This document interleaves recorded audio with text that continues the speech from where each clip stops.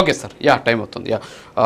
Salad Apparao గారు, good morning. So ఏంటి ఓవరాల్గా దీని వెనక ఉన్నటువంటి ఉద్దేశం ఏమై ఉండొచ్చు అంటారు? ఒక పక్కేమో మీ పార్టీకి సంబంధించినటువంటి అధినాయకుడు అలాగే డిప్యూటీ సీఎం యాక్షన్లోకి దిగారు. ఆయన కూడా ఇటీవల క్షేత్రస్థాయిలోకి వెళ్ళి అక్కడ ఉన్నటువంటి వాళ్ళతోటి మాట్లాడుతున్నారు, అధికారులకు వార్నింగ్లు ఇస్తున్నారు, పార్టీ క్యాడర్కి దిశానిర్దేశం చేస్తూ వాళ్ళకి వార్నింగ్లు ఇస్తూ పోతూ ఉన్నటువంటి పరిస్థితి.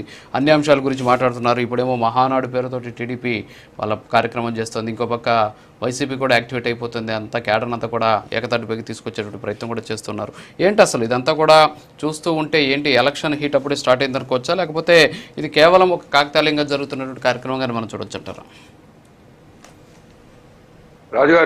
రాజుగారు ముందుగా మీకు ప్రయాణ ప్రేక్షకులకు, పెద్దల రామ్మోహన్ రావు గారికి, తోటి ప్యానల్ సభ్యులకు హృదయపూర్వక నమస్కారములు. Very good morning.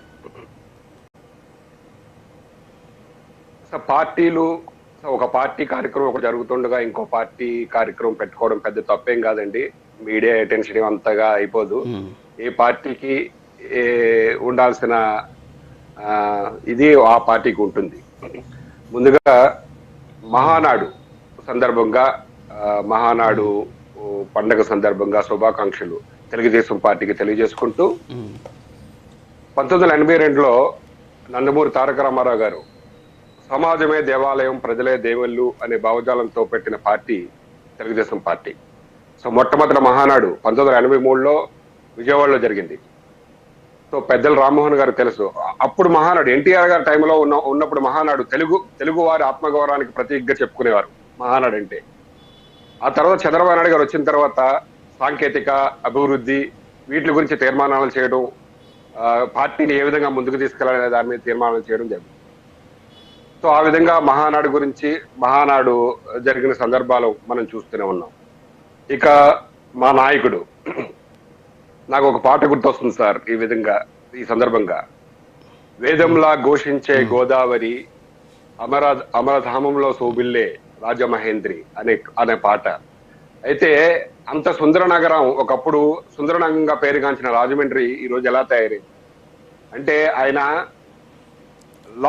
ఏదైతే పోయినసారి పుష్కరాలు ఏదైతే మనం మనం ఆ సంఘటనను బేస్ చేసుకొని, సో ఇలాంటి సంఘటనలు జరగకూడదు, ఇంకా సంవత్సరం ఉన్నా కానీ తగు జాగ్రత్తలు తీసుకోవాలనే ఉద్దేశంతో మీరంతా చూసారు ఏ విధంగా ఆయన ప్రతిదీ ఆయన పర్సనల్ గా వెళ్ళి చెక్ చేసిన విధానం కానీ, అధికారులకి ఆదేశించడం కానీ, సుమారుగా గోదావరి పుష్కరాలు ఈసారి 10 కోట్ల మంది జనాభా పుణ్యస్నానం చేస్తారని చెప్పి అంచనా ఉన్నది. సో కాలుష్య నివారణకు ఏ విధంగా ముందుకు పోవాలి, ఒక టాస్క్ ఫోర్స్ ఏర్పాటు చేసి, అదే విధంగా సమస్య పరిష్కారానికి ఇమీడియట్ గా తన ఆధీనంలో ఉన్న పీసీబీ నుంచి 100 కోట్లు రిలీజ్ చేయడం కాకుండా ఒక ప్లాస్టిక్ రహిత పుష్కరాలు నిర్వహించి దేశానికి సందేశం ఇవ్వాలనే ఆలోచనతో ముందుకు సాగుతుంది కూటమి ప్రభుత్వం.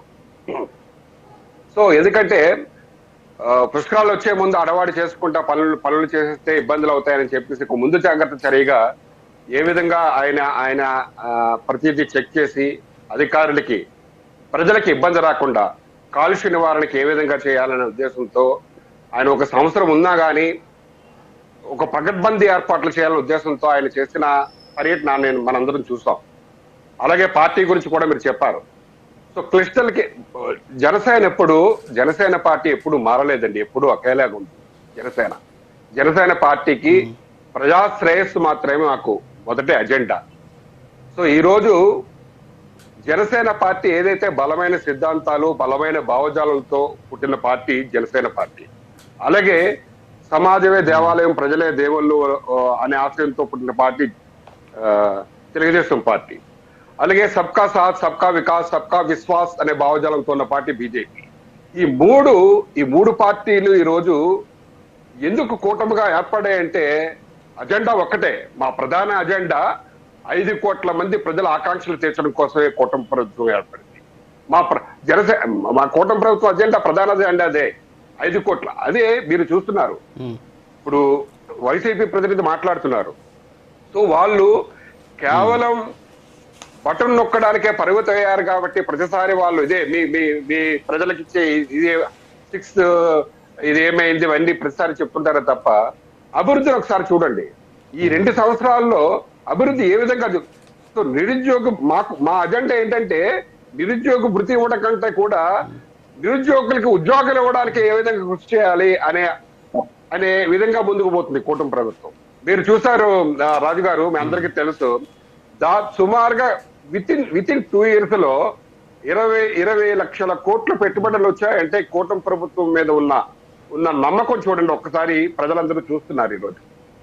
నేనేమంటానంటే అదే మాదిరిగా ఈ రోజు రోడ్ల పరిస్థితి కానీ, అదే మాదిరిగా మా పవన్ కళ్యాణ్ గారు ఏదైతే పంచాయతీరాజ్ నిర్వహిస్తున్నారో దేశంలో అత్యున్నతంగా తీర్చిదిద్దే విషయం దేశ ప్రజలందరికీ తెలుసు.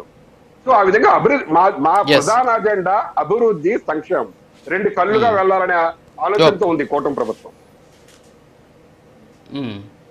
Okay, okay sir.